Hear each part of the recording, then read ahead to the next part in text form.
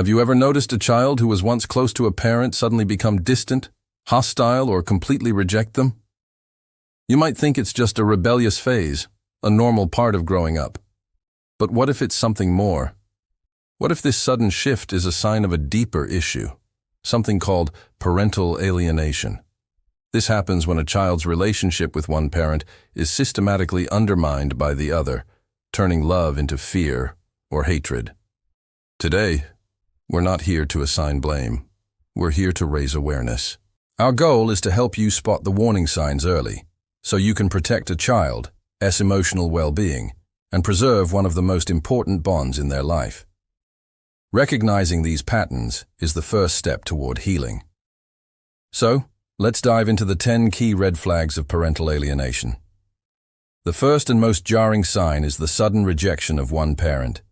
Imagine a child who was once warm, affectionate, and excited to see their mom or dad.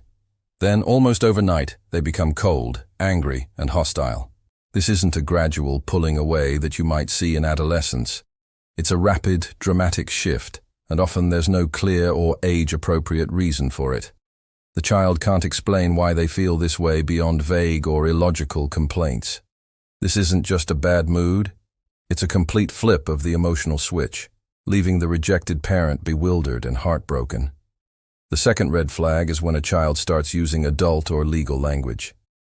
You might hear your 8-year-old saying things like, "I need to set a boundary with you," or "You're a narcissist," or they might repeat specific legal terms from a custody battle. This language sounds coached, rehearsed, and far beyond their level of maturity. It's as if they're reading from a script. Children naturally describe their feelings in simple terms.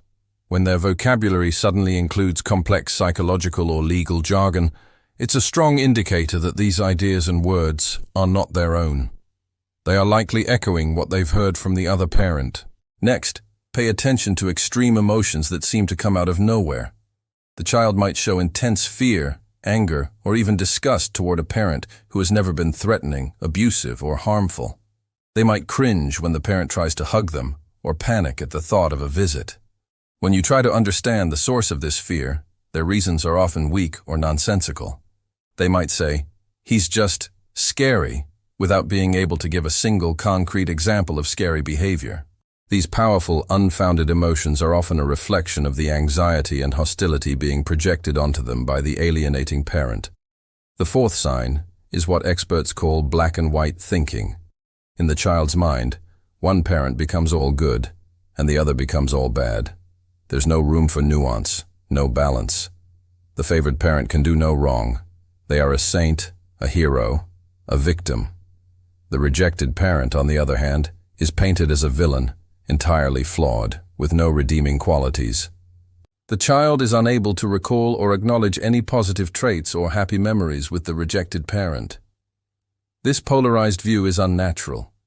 Healthy relationships are complex. We love people despite their flaws.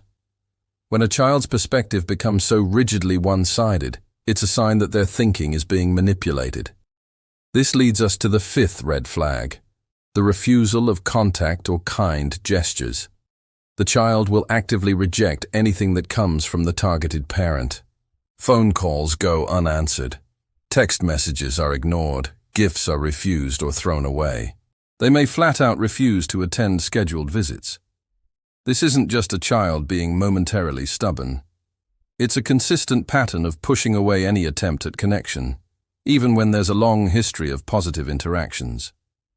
They might have once loved getting letters or presents from that parent, but now, any form of affection is met with a wall of rejection, which feels completely out of character. The sixth sign can be subtle, but is incredibly telling. The child will insist that their negative opinions are their own, but their reasons sound strangely familiar. They might say, "I decided this all by myself," but their words and phrases are a mirror image of what the other parent says. They'll use the exact same complaints, the same tone, and the same justifications. This is a key feature of alienation. The child is programmed to believe these borrowed thoughts are their own, independent conclusions. It's a defense mechanism that allows them to align with one parent without feeling like they're being disloyal or just repeating things. Then there's the seventh and perhaps most heartbreaking sign: a complete lack of guilt or empathy. The child shows no sadness, remorse, or concern about hurting the rejected parent's feelings. When they say cruel things or reject a hug, they appear indifferent, or sometimes even satisfied. They don't seem to care about the pain they're causing. This is profoundly unnatural. Children are typically empathetic and feel bad when they hurt someone they love. The absence of this guilt suggests they've been conditioned to believe the targeted parent deserves this treatment, that their cruelty is justified. Their emotional responses have been warped. Number 8 is the rewriting of the past. The child starts to deny or distort positive memories they once shared with the rejected parent. A favorite family vacation is now remembered as boring or terrible. A once cherished photo is dismissed. They might even invent new negative memories that never happened, claiming the parent was always mean or neglectful, even when evidence in everyone else's memory contradicts this. This isn't just poor recall. It's an active process of erasing the good times to make the current black and white view of the parent consistent. The positive history is a threat to the narrative of the all-bad parent, so it has to be destroyed. The 9th red flag is when the child shows automatic loyalty in any conflict. They will always take the side of the alienating parent, no matter the situation. They might act as a messenger, delivering hostile messages from one parent to the other. They might become a spy, reporting back on the rejected parent's activities, conversations, or new partners. They may even see themselves as the protector of the favored parent, defending them against the perceived threat of the other.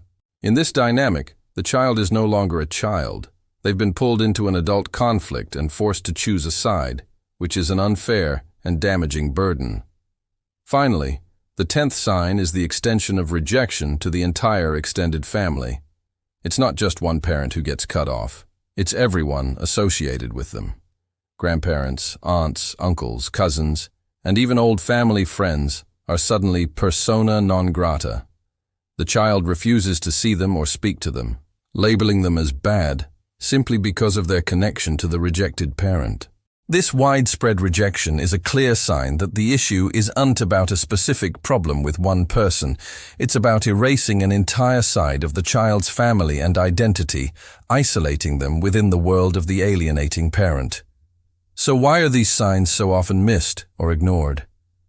Many parents want to believe it's just a phase, and that their child will eventually come around. There's also a deep fear of making things worse. Confronting the other parent could escalate the conflict, and pushing the child for connection might push them further away.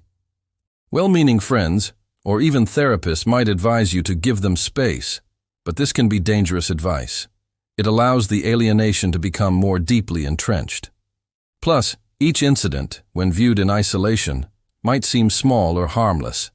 A single missed call or a rude comment is easy to dismiss. It's only when you see the pattern that the bigger, more alarming picture emerges. Recognizing these signs early is absolutely critical. The emotional and psychological damage to a child can be severe and long-lasting. They can struggle with their identity, with guilt, and with forming healthy relationships later in life. The parent-child bond, once broken, can be incredibly difficult to repair. The longer these patterns continue, the harder reconciliation becomes. But here's the good news. Early awareness opens the door to getting support and starting the healing process. So what can you do if you see these red flags? The most important first step is to stay calm, steady, and emotionally regulated yourself. Your child needs you to be a stable, loving presence, even if they're pushing you away. Second, start documenting everything. Track the patterns of behavior, not just one-off incidents. Write down the dates, the specific things said, and the context. This documentation is invaluable. Third, and this is crucial, seek professional help from a therapist, counselor, or legal expert who is specifically experienced in family dynamics and parental alienation. Not all professionals understand this issue, so finding the right one is key. Finally, focus on connection, not confrontation. Don't try to argue with your child or force them to see the truth. Instead, keep offering your love unconditionally. Send the card, make the call, extend the invitation, even if it's rejected. Let them know consistently that you are there and you love them. The final message here is this. Recognizing these signs is not about giving up. It's the exact opposite.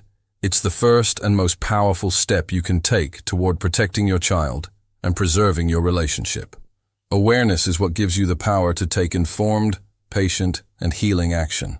It's a long and difficult road, but for the well-being of your child, it's a journey worth taking. Thank you for watching.